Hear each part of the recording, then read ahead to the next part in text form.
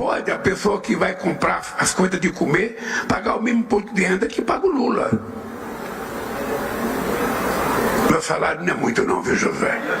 Salário de presidente acho que é 46 mil reais, paga 27 de imposto de renda, o PT me cobra 4 na fonte, pago 4 mil reais, me sobra 21 mil reais.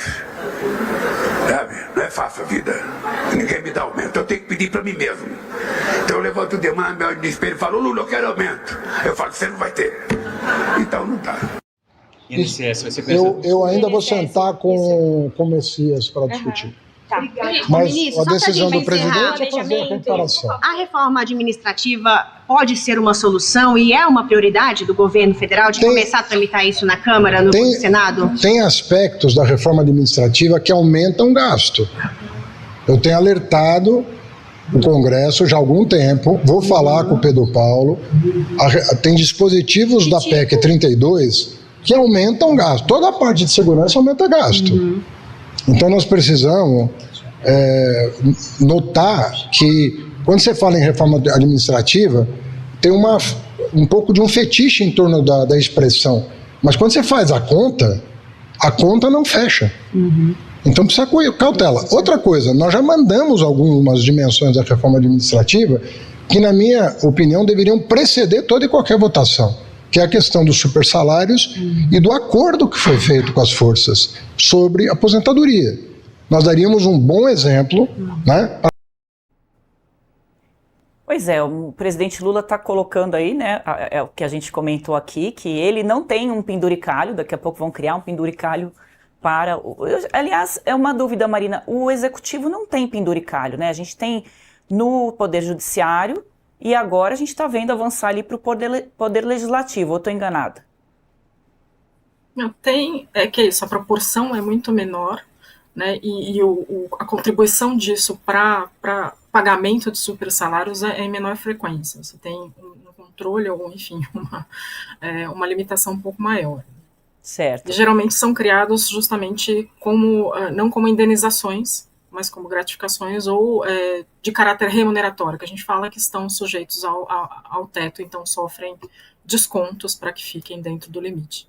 Então não é um penduricalho, né? Quando a gente vai falar de penduricalho aqui, a gente está falando de tudo que não é sujeito ao leão, a mordida do leão. Vamos dizer assim, que dói, né? Ai, como dói essa mordida do leão. E esse dinheiro que o imposto de renda arrecada deveria ser investido, né, nas políticas públicas, sociais, né, para melhorar a vida de todo mundo, mas a gente sabe bem que muitas vezes grande parte desse dinheiro vai para melhorar o bolso de algumas pessoas por aí, o que faz com que o país, né, seja sempre um país tão desequilibrado. Esses dias eu estava pensando, por que a gente continua sendo um país de terceiro mundo, né? É tanto dinheiro, é tanta emenda, é tanto projeto, é tanta coisa, mas o país não consegue avançar. E isso passa muito por essa discussão, né, Marina? Eu queria só pegar esse gancho que o ministro falou para te devolver a fala. Que tudo isso vai se resolver com uma tal da reforma administrativa, que o ministro até falou que tem um fetiche em torno disso. O governo Bolsonaro tentou fazer a reforma administrativa, o Paulo Guedes tentou colocar ali. Se falava muito, um ponto que o Edu colocou lá atrás, que eu queria pegar, que é a questão da estabilidade, que se usa muito, né, como você tem a estabilidade no serviço público, então você não é demitido. Tem alguns casos em que você mas assim, realmente a lista para isso acontecer é muito difícil. E a questão dos supersalários entra também nessa questão da reforma administrativa.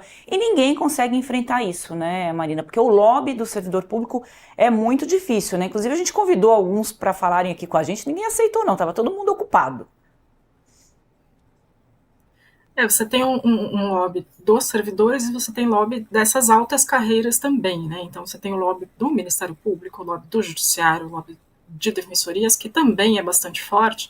E eles têm um argumento bastante poderoso, que é justamente o fato de que muitos deputados e muitos senadores têm problemas com a justiça. Têm problemas com a justiça ou estão vulneráveis à investigação ou a escrutínio do Ministério Público. Então você não quer irritar essas pessoas se você tem, digamos, o seu na reta, né?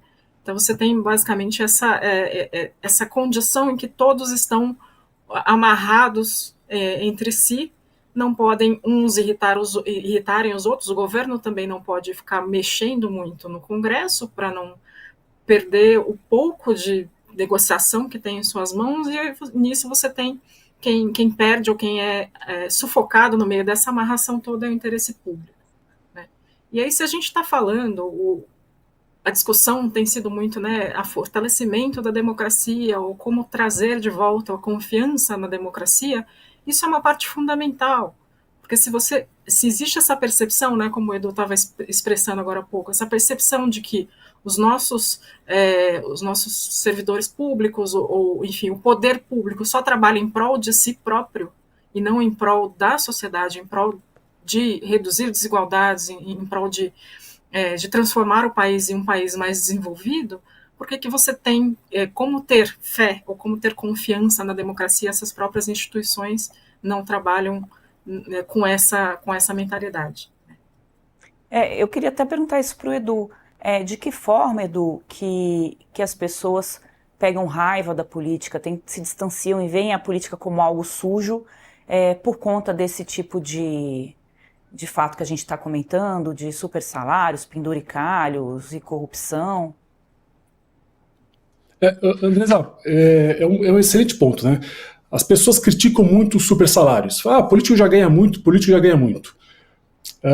E se aprofunda um pouco no tema, né? Eu acho que o problema não é o político ganhar muito, ele tem que ganhar muito, né? A carreira pública tem que ser atrativa financeiramente para as pessoas se prepararem para ela, para as pessoas estudarem, para as pessoas serem idôneas, para as pessoas realmente quererem estar lá para fazer o que precisa ser feito, né?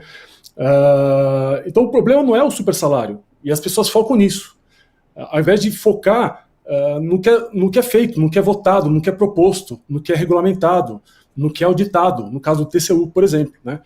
Muito se fala, por exemplo, recentemente, tem uma grande polarização sobre as leis de incentivo, né, culturais e esportivas, né? Então, a direita criticando a Lei Rouanet e criticando o dinheiro que é investido com artistas famosos, enfim, que defendem o governo. O problema não é o dinheiro investido, o problema é como ele é investido e como isso é auditado. Que a TCU, por exemplo, deveria auditar isso. E fazendo uma pesquisa rápida, eu fiz um trabalho ano passado, e vou tomar muito cuidado com o que eu vou falar agora para não ser processado por alguém, mas eu fiz um trabalho que eu fiquei inconformado com o dinheiro que é investido em leis de incentivo ao esporte, aqui na cidade de São Paulo, e comecei a pesquisar. Os dados são abertos, né? E quando você começa a olhar aonde foram investidos e como foram investidos, você percebe que num evento gigantesco, onde uma verba de incentivo foi aportada, ou seja, uma empresa deixou de pagar imposto para pagar esse evento, gastou-se numa água mais caro que se comprasse num supermercado chique, né? Sendo que você compra em grande volume, deveria ser o contrário. Gastou-se numa medalha 5 vezes mais do que custa a medalha. O evento que era para atingir 1.000 pessoas, você pesquisa nas redes sociais, você vê uma fotinha ou outra com meia dúzia de gato pingado, né? Então, eu acho que as pessoas olham para o lado errado. E não é por falta de informação, é falta pela busca de informação. Então, não está errado. O presidente está ganhando pouco mesmo, ele tinha que ganhar muito. Ele tinha que ter uma bonificação no fim de ano se ele atingir as metas, assim como o CEO de uma multinacional tem, maior até. Para ele poder se preparar, estar lá, estar de uma forma contundente e que realmente faça não só o povo admirar, mas o mundo inteiro olhar para aquele país e falar, olha, esse país é sério, tem um governante sério, né? Não é o que acontece. Então, os políticos ganham pouco, acabam fazendo penduricalhos, alguns acabam desviando verba. Uma verba de gabinete, por exemplo, de um deputado, se não me engano, é de 130 mil reais, alguma coisa assim. Para quê? O que esse cara faz com essa verba de gabinete, né? Nepotismo, coloca alguém da sua família lá para trabalhar, contrata 3 assessores, 4 assessores, 5 assessores, para fazer o quê? O que esses caras produzem?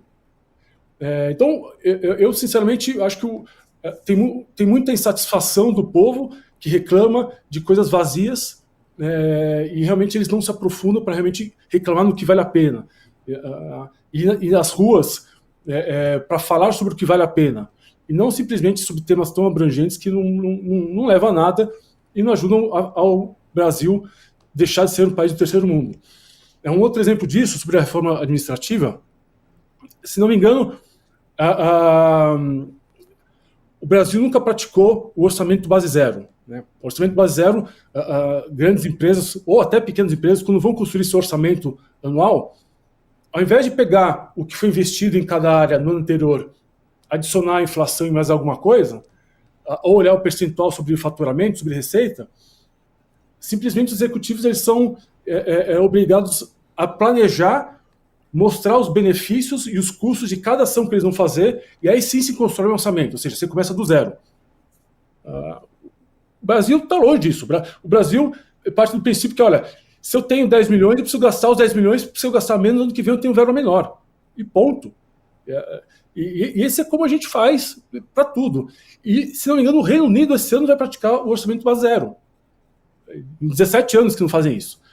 Então, a reforma administrativa é realmente um fetiche, porque cada área não vai querer ter uma receita, uma verba menor do que o ano anterior. Não vai, de jeito algum. Né? Ele vai querer sempre ter um pouquinho a mais. E aí o governo vai acabar brigando politicamente, porque não é por projeto, é por influência política, para algo que não vai existir e só vai aumentar o orçamento.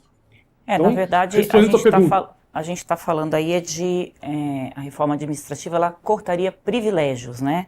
Que hoje estão arraigados aí no serviço público, isso um pouco que a Marina falou. Eu queria só explicar... Eu vou só te cortar porque a gente precisa dar tchau pro Edu, a gente mantém a Marina aqui com a gente, mas eu preciso dar tchau pro Edu.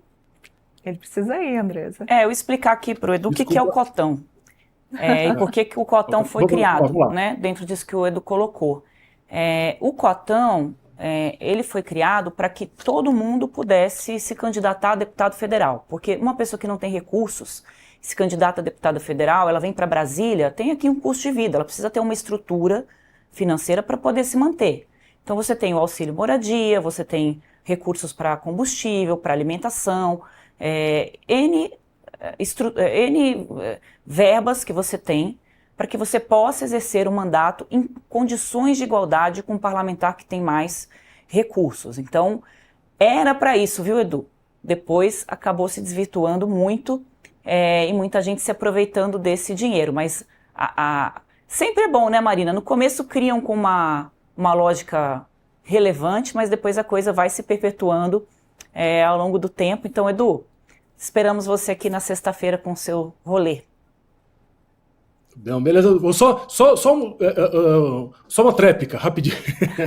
Não, sobre a reforma administrativa, né, eu acho que o que o Milei fez, por exemplo, lá na Argentina, né, que ele foi arrancando os adesivos dos ministérios, né? Acho que a reforma administrativa ela visa ter uma maior eficiência do Estado, né? Então você realmente entende como é que o Estado vai funcionar, entende como é que vai funcionar cada área, quem que vai compor aquelas áreas, para você ter mais eficiência e fazer as coisas avançarem, né? Isso acaba impactando no orçamento, de qualquer jeito, né? Então, quando eu citei a questão da reforma administrativa, é porque no fundo, para o povo, o que vai interferir o quanto eu vou pagar mais ou menos de imposto, ou seja, quanto vai economizar, né?